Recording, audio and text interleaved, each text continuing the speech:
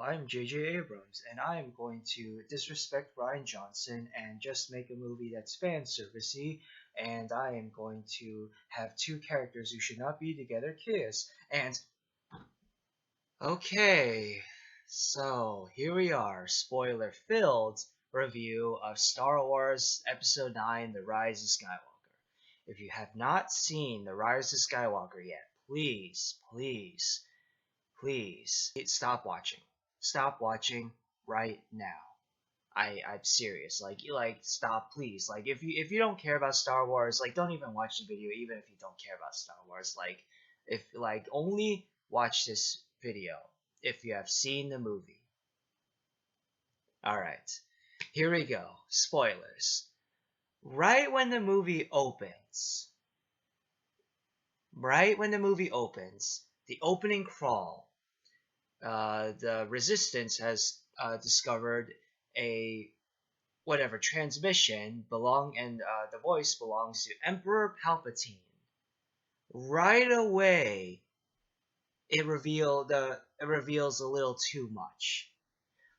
The opening crawl reveals stuff that we should have seen naturally on screen, and not right away in the opening crawl. The opening crawl should have been more vague, like, oh, the First Order has received an ominous, menacing transmission that scares them from some unknown evil force. I mean, some people would have been able to deduce that it was Palpatine because, Palpatine was in the trailers and the poster, but they shouldn't have revealed right in the opening crawl, right away, that Palpatine's back. That was a little that was concerning to me right when the movie started. The first, like I said in my spoiler-free review, the first 30 minutes are so rushed. Just speak right, like the editing is super fast-paced. This is a case for a movie as a whole, basically, but especially so in those first 30 minutes, because I barely had time to process Kylo Ren joining forces with Palpatine and forming his Knights of Ren, and then all of a sudden we're back to Poe and Finn on whatever mission they're on, and then I can't even process that, and then all of a sudden we're with Rey training, and things were just moving, and then all of a sudden there's this stuff with this uh pyramid jewel, I don't even remember what it's called, and Exegol, and all this, and we're getting so much. There's so much information being shown and told to us, the audience, in the first 30 minutes, and honestly I can't even remember it all. I should have, before filming this, I should have looked on Wikipedia and read the plot all over again, but I didn't, so currently I can't remember it all. But yeah, those first 30 minutes are really rushed, poorly written. The movie in general is poorly written, but the most of the technical issues I have are in those first 30 minutes.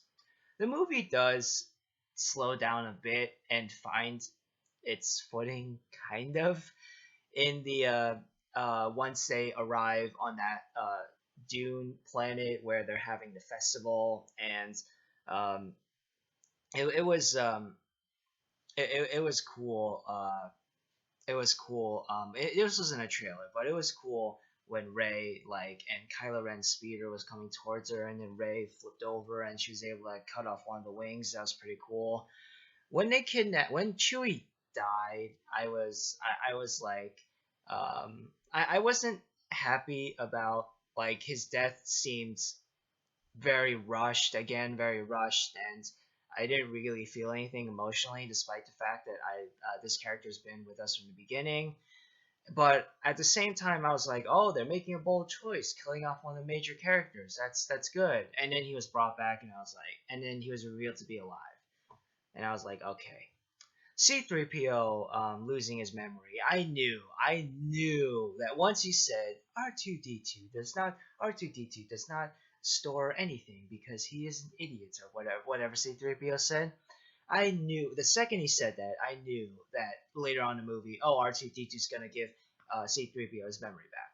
So I thought it was really weird though that none of the other characters acknowledged C-3PO getting his memory back. They weren't like 3PO, you're back or whatever. Speaking of things that weren't said, a fan throughout the movie was like, "Ray, I have something to tell you. Ray, I have something to tell you." I'm pretty sure he was gonna say "I love you" to her, but that was never brought back. That was never brought back, and it's like I feel like honestly, like JJ honestly just like forgot about that. You like after like I have a feeling that when they were in the editing process, it was and after it was too late to do reshoots, JJ was like, "Oh no, we forgot that line." Well, hopefully no one notices. We noticed, JJ. We noticed. Um, my friend was saying that I after hearing Luke's voice in the trailer and after hearing that Mark Hamill would come back in episode 9, I was like, ooh, maybe he's not dead.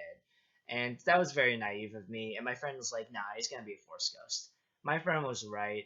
Force Ghost. Force Ghost. Everything with Kylo Ren and Leia, I really liked. I got emotional watching Harrison Ford make his cameo and come back to um, Kylo in a vision. That actually really worked for me. Like I said in my spoiler-free review, the action sequences were pretty cool. That sequence where Kylo and Rey are fighting each other and they're not even in the same room was pretty awesome. I really like that a lot. Also, the fight between them on the ocean and amongst the Death Star 2 wreckage was pretty cool. I really like that a lot. Some of the shots were beautiful, especially when they were in Palpatine's little chamber. But speaking of Palpatine, speaking of Rey, let me address my two biggest issues with this movie. One,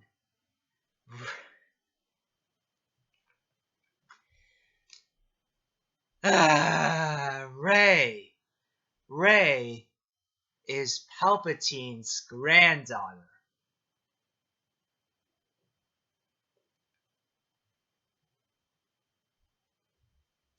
You know what I loved the most about Last Jedi? When they revealed that Rey was a nobody. Because it heavily implied that Rey, despite being a Rey being a nobody, still is a powerful Force user, is awesome, can wield a lightsaber, and it had this very strong. And Ryan Johnson, regardless of what you think of the Last Jedi, presented this very strong message of that nobody can be a somebody. Even if you're nobody, even if there's nothing really that significant about you on the surface, you can still be a great person. You can still be powerful. It's a very it was a great empowering young message to in my um, perspective to people everywhere who think that they are nobodies, and especially like young girls. Like I thought that that was a really powerful message to young girls everywhere that Ray, despite not having anything significant about her on the surface, it could be a somebody, could still be a Jedi, an awesome Jedi. But no, she's now a somebody. She's Palpatine's granddaughter. Just uh just I when that happened, I like my jaw dropped to the floor. I was like, "Are you kidding me? That is so stupid." And the idea of Palpatine even having a daughter and a granddaughter is just like ugh. It was kind of cool though seeing Jodie Comer her cameo as Rey's mother. There were a bunch of cameos actually. Harrison Ford, Jodie Comer from Killing Eve. I pretty sure I saw Lin Manuel Miranda like a blink and you'll miss it cameo. Richard E. Grant when he was in I love Richard E. Grant, especially from Logan and Can You Ever Forgive Me? And when he was announced that he was in Star Wars, I was like, ooh, like he's probably gonna be a big character. Nope, nope. It's essentially just an extended cameo. Just Carrie Russell, her presence was also kind of an extended cameo as well.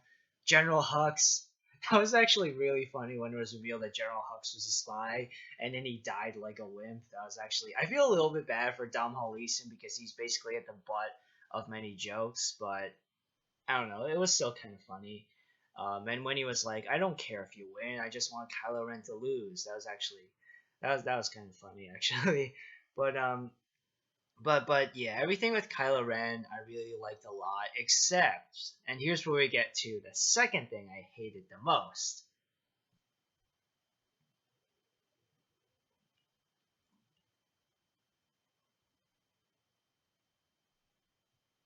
Kylo Ren and Rey Palpatine kiss.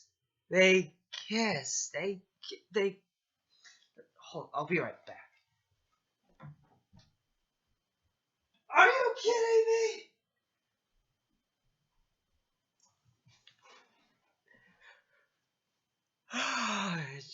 I guess I didn't need to leave just to yell, "Are you kidding me?" And sorry about that, but just.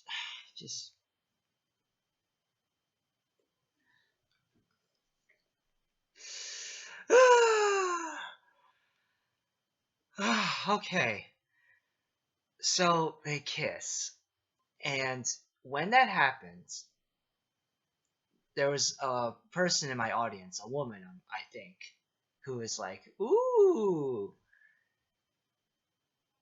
and I honestly wanted to, like, this is gonna sound really messed up, but I wanted to tell her to, like, I wanted to just tell her, yeah, shout her, "No, just no, this is stupid. They should not be kissing. Finn and Ray should be kissing. Finn should have told her at the end, 'I love you,' and they should have kissed." Glasses off for the remainder of this video. Okay, just so that happened. And I was worried that they were gonna be a couple now, holding hands and raising a family and stuff. But thankfully they don't, because Kylo Ren dies. I do wish that it was Rey that died and Kylo Ren that was still lived on, but and it would have been cool if like it was him actually, instead of the ending with Rey being like, "I'm Rey Skywalker," and her on Tatooine, I think, where Luke was born and raised, and she saw the Force ghosts of Luke and Leia. That was kind of a cool ending, but I do wish that it was Kylo instead of Rey there, and then that lady could have been up to him, walked up to him and be like, "Who are you?" And he could have been like, Ben Solo." That could have been that would have been cool. I honestly thought that was what direction they were gonna go, but I guess Disney like has too much like stock and faith in Ray. They really want to like keep lifting her up. So I don't know. Like I was fine with how they ended the movie, but I think it would have been better if it was Ben on Tatooine, Kylo Ren on Tatooine instead. Um, what else can I talk about? Oh, Rose. Yeah, Rose was completely sidelined. You can tell that JJ wanted nothing to do with Rose at all. He just left her.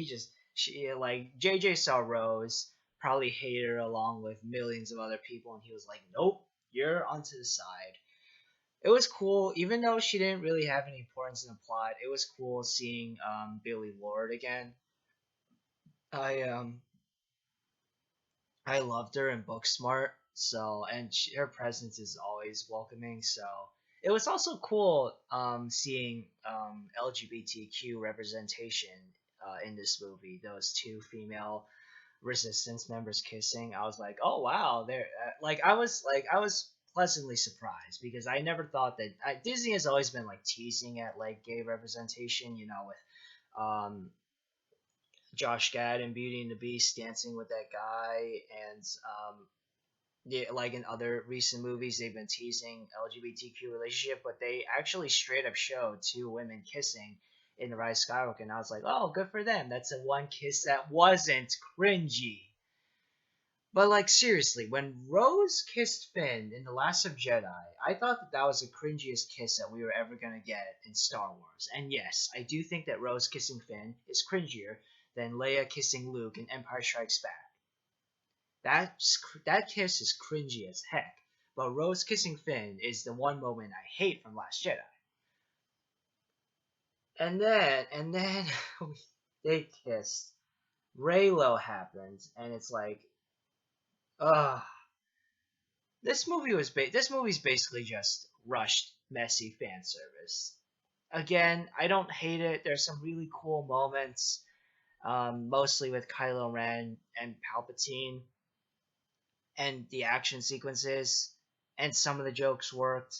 And I actually kind of enjoyed.